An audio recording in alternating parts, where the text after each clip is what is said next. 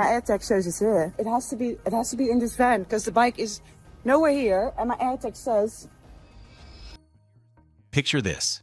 You're a successful geologist with a stable career, a home, a partner. Life is comfortable. Then one day, you discover it was all built on lies. Your partner's been having an affair for years. Everything crumbles. Most people would retreat, maybe take some time off, lean on friends. But Noraly Schoenmaker? She sold everything she owned, quit her job, and bought a one-way ticket to India. What happened next turned her into a YouTube sensation with millions of followers. But the journey nearly killed her. And what almost stopped her wasn't the dangerous roads. Noraly Schoenmaker had it all figured out. Or so she thought. At 30-something, she'd built a solid career as a geologist, traveling to places like Panama and Indonesia for work. She had a live-in partner, a comfortable home in the Netherlands, the kind of stable life most people dream about. Then the floor dropped out from under her. Her partner had been living a double life, carrying on a long-term affair right under her nose. The betrayal shattered everything she thought she knew about her life. For most people, heartbreak means therapy, ice cream, maybe a weekend getaway. Noraly made a different choice. She looked at the pieces of her broken life and decided she didn't want to rebuild the same thing. In 2018, she sold her house, quit her job, got rid of most of her possessions, and booked a one-way flight to India. No plan, no safety net, just a desperate need to escape. But India had something waiting for her she never expected. After trying to make it as a travel blogger and getting nowhere, she rented a Royal Enfield motorcycle in Manali for a 3-week mountain ride. That's when everything changed. Behind those handlebars, she felt something she hadn't felt in years: freedom, power, purpose. She was hooked. So she bought her own Royal Enfield Himalayan, named it Basanti after a Bollywood heroine, and made a decision that would change her life forever. She wasn't going home. But that first ride was just the beginning of something nobody could predict.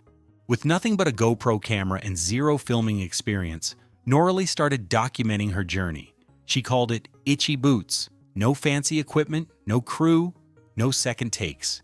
She'd mount cameras on her helmet and bike, ride all day, then spend hours editing footage on her laptop in whatever hostel or tent she'd crashed in. Most of the early videos were terrible by her own admission, but she posted them anyway. Learn by doing. Fix mistakes tomorrow. The channel grew slowly at first, then exploded. By 2025, she'd amassed 2.9 million subscribers. People couldn't get enough of watching this Dutch woman tackle some of the world's most dangerous roads completely alone. She rode 36,000 kilometers through 25 countries on that first journey: Myanmar, Thailand, Malaysia, Oman, then through Iran and Iraq during periods of intense political tension, places where most travelers wouldn't dare go, especially not solo female travelers. What made Itchy Boots different wasn't just the destinations, it was the raw honesty. When things went wrong, she showed it. Bike breakdowns in the middle of nowhere, getting stuck in mud. Mechanical failures she had to fix herself with limited tools. There was no Hollywood polish, no dramatic music, no staged moments. Just Noraly, her bike, and whatever the road threw at her.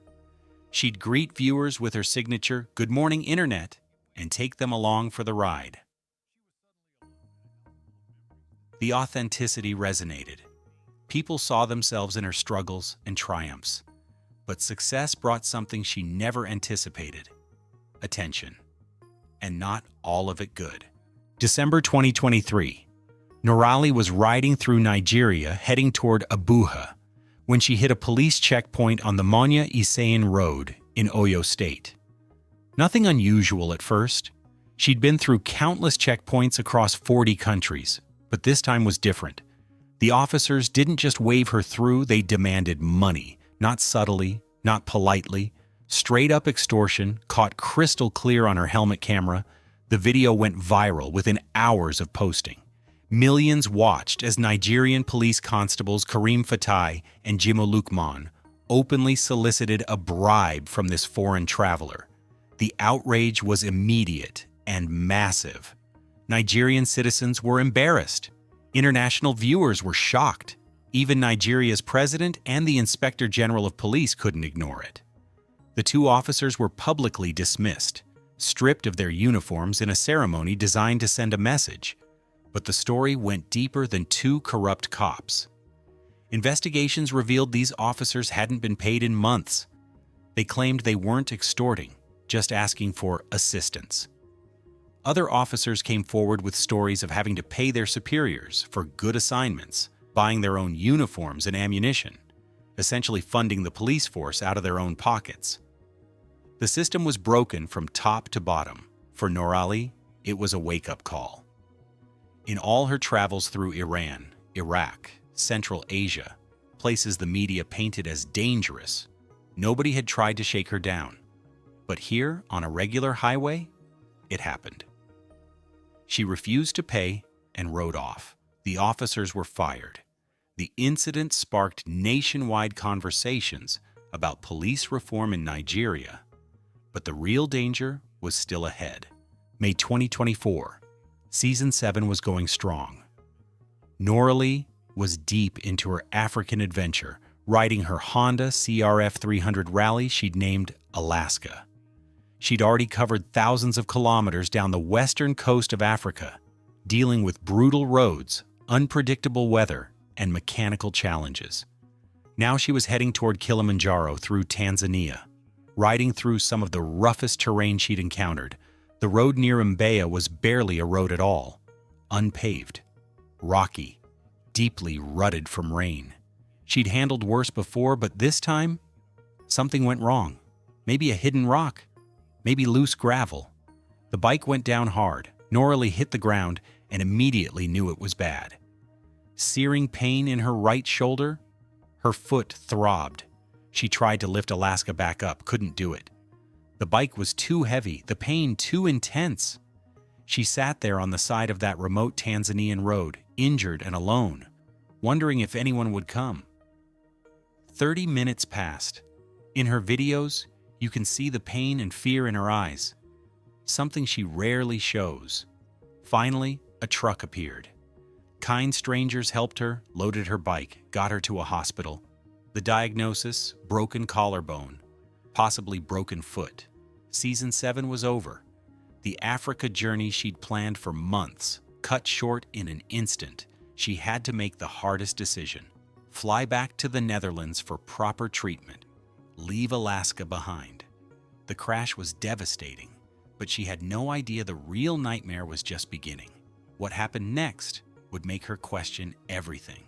Back in the Netherlands, Noraly went straight into surgery for her broken collarbone. Standard procedure. Doctors would insert a plate, pin everything back together, send her home to recover. Except nothing about it was standard. During the operation, something went horribly wrong. The surgical team punctured her lung. And worse, they didn't realize it immediately. Noraly woke up from surgery in excruciating pain. Not just the expected post-op discomfort, but something far worse. Sharp, stabbing pain with every breath. When she tried to tell medical staff, they initially dismissed it as normal surgical pain. But it wasn't normal. She had bone fragments floating around from the collarbone break, and now a punctured lung filling her chest cavity with air and fluid. She had to be readmitted for emergency treatment. The same doctors who were supposed to fix her had made things dramatically worse. Fans watching her recovery videos couldn't believe what they were hearing. Some commented bitterly that maybe the Tanzanian doctors would have done a better job. The irony wasn't lost on anyone. She'd ridden through countries considered dangerous by Western standards, survived a serious crash in rural Africa, only to have a routine surgery in a modern Dutch hospital nearly finish her off. Recovery stretched from weeks into months. She was exhausted constantly. Simple tasks left her breathless. The collarbone would heal eventually, but the lung damage changed everything. For the first time since starting Itchy Boots, Noraly faced a terrifying question. Would she ever be strong enough to ride again? But lying in that hospital bed, she started working on something unexpected. Unable to ride, Noraly channeled her energy into writing. She'd always wanted to tell her story beyond YouTube's 10-minute episodes, to share the deeper emotional journey behind the adventure. The result was Free Ride, first published in Dutch, then translated to English. It detailed her first epic journey from India back to the Netherlands, the heartbreak that started it all, and the freedom she found on two wheels. The book dropped in June 2025 and immediately hit the New York Times bestseller list. Fans who'd followed her journey for years finally got the full story. Noraly planned an extensive U.S. book tour, excited to meet American subscribers in person across 13 cities. She had a valid 10-year visa. Everything was arranged. Then she made a shocking announcement. The tour was canceled. All of it. The reason sent shockwaves through her fan base. Despite having proper documentation, Noraly feared entering the United States. Immigration authorities were now scrutinizing travelers' social media activity, looking for content that could be perceived as undermining American foreign policy. Visas were being stripped. Europeans were being detained for weeks, then deported. Her videos from Iran, Iraq, and other countries the U.S. considered adversarial made her a potential target. Think about that. This woman rode solo through actual war zones, survived police corruption, endured life-threatening crashes and medical disasters. But she was afraid to enter America. The irony was devastating.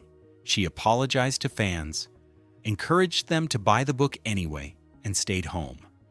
The woman who'd ridden 190,000 kilometers across 80 countries couldn't safely promote her book in the land of the free.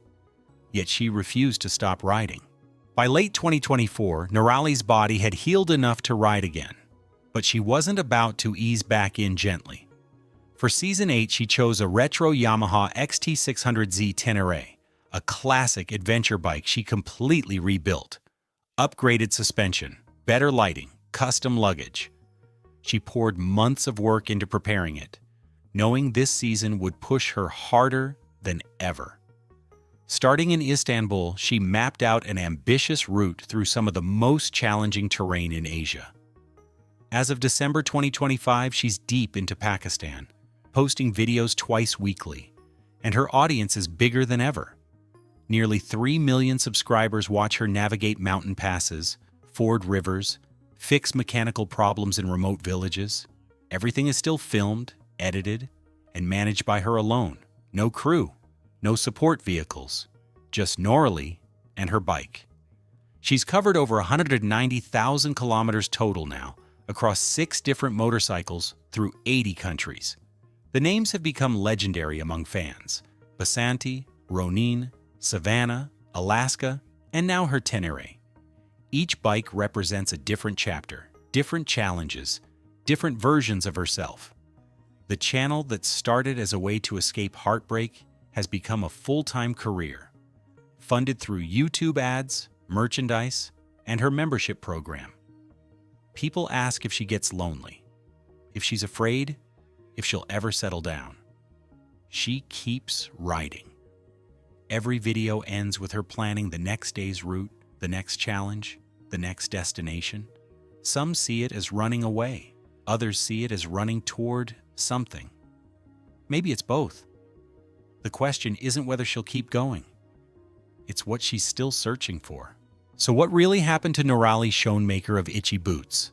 The simple answer: everything. Betrayal destroyed her old life. Motorcycles gave her a new one. Success brought millions of followers. But it also brought dangerous attention, near-fatal crashes, and complications she never imagined. The deeper truth is more complex. A comfortable geologist became a global phenomenon by doing something most people only dream about: breaking every chain that held her down and riding into the unknown. She proved you don't need a film crew or corporate sponsors or even a plan. Just courage and a willingness to figure things out as you go. Her raw, unpolished videos resonated because they were real. No scripts, no safety nets, no second takes. But the journey cost her broken bones, punctured lungs, the inability to safely enter countries that once welcomed her, the constant physical and mental toll of riding alone through some of Earth's harshest environments. She's been robbed, extorted, crashed, injured, and hospitalized. Yet she keeps going, season after season, kilometer after kilometer. Maybe what really happened is she discovered that freedom isn't comfortable. It's not safe. It demands everything you have and then asks for more. Most people aren't willing to pay that price. They'll watch from their couches, living vicariously through someone brave enough or broken enough or desperate enough to actually do it. Noraly found herself on those roads. Or maybe she's still looking. Either way, she's not stopping, and millions of us can't look away.